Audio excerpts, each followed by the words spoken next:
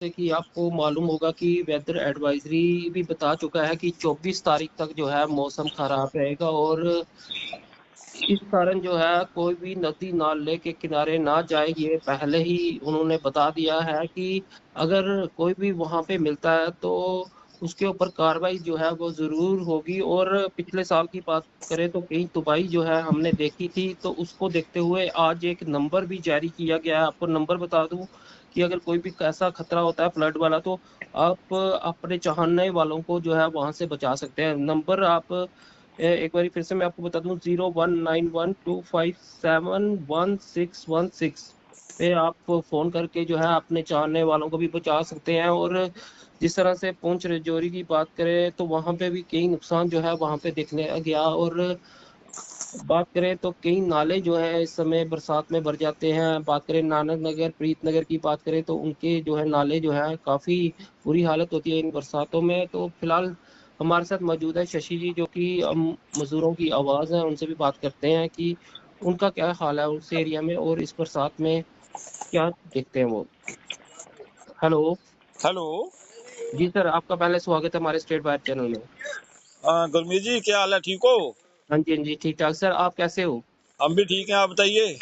Sir, जिस तरह से एडवाइजरी जारी की गई है मौसम को देखते हुए, उस पे आपका क्या कहना है? और आपके एरिया में जो नाले हैं क्या वो ठीक हो चुके हैं, बन चुके हैं नाले क्या, या फिर वही हाल है? जी। सर, एडवाइजरी तो जारी हुई है, हमने भी सुना। जी। जी सर, आपके एरिया का क्या हाल है? हमारे एरिया का वही हाल है जो पहले होता था। जी।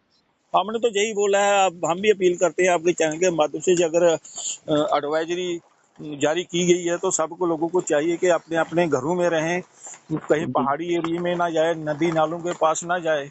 जी। क्योंकि इस बरसात ने पिछले साल भी बहुत से लोगों की जान ली और बहुत तबाही उठाई थी। जी। यही महीना था और इसी महीने में वो बारिशें हुई थी। वहाँ पर पहाड़ गिरे थे, बादल फटे थे किश्तवाड़ में भी, और बहुत बड़ा नुकसान हुआ था। हम यही चाहते हैं कि लोग जो है वो दूर दराज कहीं पहाड़ी एरिए में या कोई ऐसी खतरनाक जगह है जहाँ पर फ्लड आने की संभावना है, कोई पक्षी पहाड़ गिरने की संभावना है, वहाँ पर ना जाएं और अपने बच्चों को संभाल के रखें। रही जी। दूसरी बात नालों की, और जो जो भरे हुए हैं, जो सफाई व्यवस्था है, वो तो सदा बाहर ऐसी ही रहेगी। क्योंकि जब बरसात होती है, जब बरसात का मौसम होता है, जब नाले भरते हैं, लोगों के घरों में पानी आता है, लोगों का नुकसान होता है, तो प्रशासन फिर जागता है। बिल्कुल। ऐसे सोया रहता है प्रशासन। बिल्कुल। हम प्रीतनगर की बात करते हैं कि हमारी एक मांग थी कि हमारा वो नाला है जो हर साल हम उसकी डिमांड रखते थे, और हर फ्लड में लोगों का भारी नुकसान होता था, लोगों के घरों में पानी आते थे, लेकिन वो वैसे का वैसा ही पड़ा है। जी। कोई आदमी इसकी सुध लेने वाला नहीं है, कोई सुनने वाला नहीं है। ये सरकार जो है, इस सरकार में लोगों की आवाज़ जो है वो दबाई जा रही है, विकास के कार्य नहीं हो रहे हैं और लोगों को गुमराह किया जा रहा है। एक मुद्दा जो हटता नहीं है, दूसरा मुद्दा तैयार कर लेते हैं, लोगों का ध्यान भटका देते हैं। बिल्कुल। लेकिन इस बरसात में जो रोजमर्रा की जिंदगी वाले लोग हैं, जो रोज रोटी कमाने वाले लोग हैं, जो रोजाना काम पर जाते हैं, उन लोगों को भी नुकसान होता है। लोगों के कारोबार पहले ही ठप पड़े हुए हैं, काम काज तो है नहीं लोगों के पास, लेकिन इसके जी। बावजूद लोग घर में रह जाते हैं। तो ये सारी चक्कर हैं, जिस चक्कर की वजह से आज आम जनता जो है, आम आवाम जो है वो पिस रही है। तो हम जी। यही चाहते हैं कि चलो, ये जो बरसात भी आनी है, धूप भी आनी है, ये तूफान भी आने हैं, ये तो कोई रोक नहीं सकता, लेकिन उसके बावजूद भी अगर हम लोग अपना बचाव कर सके तो काफी हद तक हम अपने आप को बचा सकते हैं। जी। तो ये हालात हैं बने हुए। नालों की व्यवस्था देखो, सफाई की व्यवस्था देखो, वो तो टोटली 0% है। जी। उस पे कोई काम नहीं हो रहा है। गलियों में जो नालियाँ देखो, कूड़ा पड़ा हुआ है, जो निकाल दिया जाता है उसको उठाया नहीं जाता, फिर घूम के फिर नालियों में आ जाता है, और नालियाँ टूटी फूटी है, उसको गहरा करने की कोशिश नहीं की। वैसे तो स्मार्ट सिटी बनाई जा रही है, लेकिन जी। स्मार्ट सिटी वाला काम नहीं है। तो होंगे इनके मीडिया में या कागजों में लेकिन जमीनी सतह पर कुछ भी नहीं दिख रहा। जी। हमने आपको जंतर मंतर में भी जाते हुए देखा था, वहां का क्या देखा कि कुछ वीडियो वायरल हो रही है कि बच्चों को वहां पे मारा जा रहा है जो प्रोटेस्ट कर रहे हैं, क्या वो सही बात है? सर यही तो लोकतंत्र की हत्या है। इसलिए जी। तो अब बोला जा रहा है पूरे देश में कि लोकतंत्र की हत्या हो रही है। तानाशाही सरकार तो यही होती है। अगर बच्चे भूख हड़ताल पर बैठे हुए हैं, अगर बच्चों अपनी मांग कर रहे हैं कि जिस मंत्री की वजह से तो पेपर लीक हुआ है, और पेपर लीक होने के बाद 22-23 बच्चों की जो मौत होगी, कुछ बच्चों ने खुदकुशी कर ली, उनकी हत्या का जिम्मेदार कौन?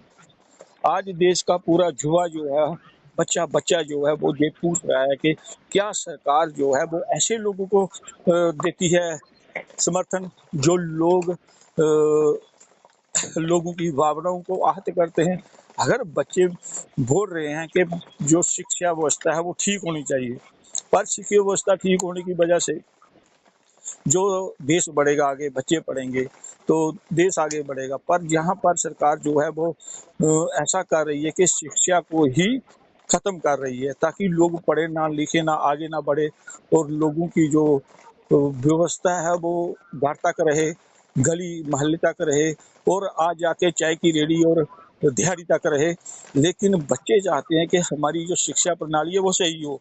लेकिन शिक्षा प्रणाली सही कहाँ होगी जब देश के जो शिक्षा मंत्री ही करप्ट होंगे, हत्यारे होंगे। तो आज तो बच्चों का यही सवाल है। तो उनका सवाल जो है, जो देश का बच्चा बच्चा अगर कह रहा है कि उस प्रधान जी को इस्तीफा देना चाहिए, तो इस्तीफा दे देना चाहिए। अगर वो कुर्सी के साथ चिपका हुआ है, अगर वो इस्तीफा नहीं देता है, तो फिर सरकार को चाहिए कि उसको बाहर निकाल देना चाहिए मंत्री पद से। लेकिन ऐसा नहीं हो रहा। उसको बाहर निकालने के बजाय उसका सहारा बन रही है सरकार। तो आज जी। लाखों की तादाद में बच्चे दिल्ली में कूच कर रहे हैं, और लोगों को कल से कितनी बुरी हालात है, हम वीडियो देख रहे हैं। छोटे छोटे बच्चे, 16-16 साल की बच्चियों को मारा जा रहा है। कितनी बुरी तबाही है, कितने लोगों के सर फट गए, कितने लोगों के सरों को कितने कितने टांके लगे हैं, पथराव भी हुआ है, वहाँ आंसू गैस भी चले हैं, गोलियां भी चली हैं। और जहाँ तक कि जूथ इतना था कि वो रास्ता को तोड़ फोड़ कर जो भी लगाए गए थे उनके लिए, रुकावट के लिए, वो संसद तक चले गए। लेकिन संसद में भी उनको ताले लगाने पड़े, गेट बंद करने पड़े, और प्रधानमंत्री को वहां से भागना पड़ा।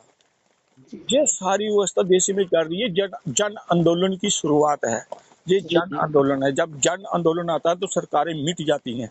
तो सरकारें तानाशाही की ज्यादा देर नहीं चलती है, और ना ही लोग चलने देते हैं। जितना जी। खून चूसा है इस वक्त इस देश का, जी। आए दिन महंगाई टैक्स लगाकर आई लोगों की इनकम जो है वो घट गई है, और घर का जो खर्चा है बजट बढ़ गया है।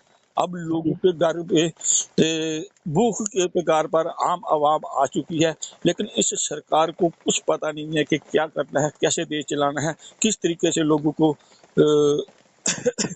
लोगों को ऊपर लाना है। लेकिन इसके बावजूद ये लोग रेपिस्ट जो लोग हैं उनको समर्थन दे रहे हैं ये सरकार, और जो लोग, जो शिक्षा मंत्री, जो हत्यारे हैं उनको ये तो देश बोल रहा है, आज बच्चा बच्चा बोल रहा है। और हमें भी दिख रहा है कि कहीं सच्चाई तो है, कहीं ना कहीं तो सच्चाई है। अपोजिशन की बात नहीं सुनी जा रही किसी की। पहले होता था कि अगर कोई आंदोलन करता था, कोई अपनी मांग रखता था, धरने पर बैठा था, सरकार उनसे बातचीत करती थी। अगर पूरा उनका मसला हल नहीं होता था, थोड़ा होता था, सहानुभूति होती थी। लेकिन अब तो जो सरकार कहती है कि जो हमने कह दिया वो कह दिया, जो हम कर रहे हैं वो कर रहे हैं। आम आवाम, जो जनता ने इन सरकार को बनाया है, वो जनता अगर आज सड़कों पर है तो सरकार को भी देखना चाहिए, सुनना चाहिए, इनकी बात सुननी चाहिए, इनकी मांग माननी चाहिए। और ये सिस्टम जो है, ये सिस्टम जो तानाशाही वाला रवैया अपनाया हुआ है, इसको थोड़ा सा लोकतंत्र की तरफ लाना चाहिए, ना कि सिर्फ बच्चे जो हैं आज सड़कों पर हैं। पूरे देश का युवा सड़कों पर है। मेट्रो बंद कर देगी। मेट्रो में कितने हजारों की तादाद में लोगों ने मेट्रो स्टेशनों पर हल्ले किए, लोगों को वहां तक पहुंचने नहीं दिया। लेकिन अगर जो सारा यूथ जो पूरे भारत से अगर दिल्ली में पहुंचा था, अगर मेट्रो बंद नहीं की होती, लोगों को जगह जगह रोका नहीं होता, तो हो सकता था कि कल का जो यूथ है वो संसद के अंदर भी घुस जाता। जी। देश बहुत बड़ी स्थिति जो है ये बहुत ही गंभीर बनी हुई है। और आज अगर युवा निकल के बाहर आ गया है, सड़कों पर आ गया है, तो सरकार को भी अपनी जो तानाशाही वाला रुख है वो नहीं अपनाना चाहिए, नरमी वाला रुख अपनाना चाहिए, लोगों की बात सुननी चाहिए। हम इसलिए आपसे पूछ रहे हैं क्योंकि आपने करीब से ये पूरा मामला देखा होगा, क्योंकि आप भी वहां पे ही थे दिल्ली में। तो आपसे एक और जानकारी चाहते हैं कि अपने लिए आवाज उठाए, अपने लिए कुछ मांगे तो आगे से जो है डंडे जो है बरसाते हैं। देखो भाई, जो डंडे बरसाने वाले लोग हैं ना, वो भी नौकरी कर रहे हैं, क्या करें, वो भी ऊपर से जो हुक्म आता है उनको करना पड़ता है। आज अगर यूथ देश का सड़कों पर है, तो क्या जो पुलिस वाला वहां पर है, जो वहां पर ऑफिसर है, जो वहां पर डंडे बरसा रहा है, क्या उन बच्चों की आवाज नहीं कर रहे, उनके बच्चों की आवाज नहीं उठा रहे हैं ये बच्चे?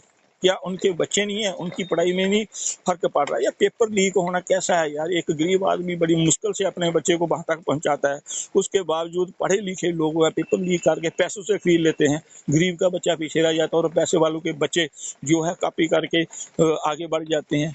जिस चीजों लाखों करोड़ों अरबों रुपए का ये कारोबार होता है, ये कोई छोटी मोटी बात नहीं है पेपर लीक होना। पेपर लीक, पेपर एक ऐसा है, परीक्षा है, परीक्षा कौन देता है? स्टूडेंट। अपनी पूरे साल की जो मेहनत की होती है, पढ़ाई होती है, उसको पास होना होता है, आगे बढ़ना होता है, लेकिन उस पर डाका मारा जा रहा है, क्योंकि जो लोग पेपर लीक करते हैं वो ये नहीं सोचते कि अगर पैसे वाला हमसे पेपर खरीद लेगा तो वो तो हो सकता है कि आगे बढ़ जाएगा, लेकिन गरीब आदमी जो है फिर पीछे रह जाएगा, जो बच्चा है उसका।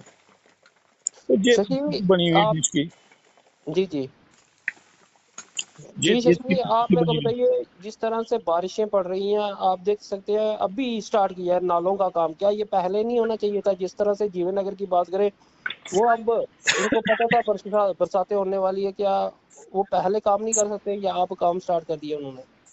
सर, ये होता है करप्शन का मसला।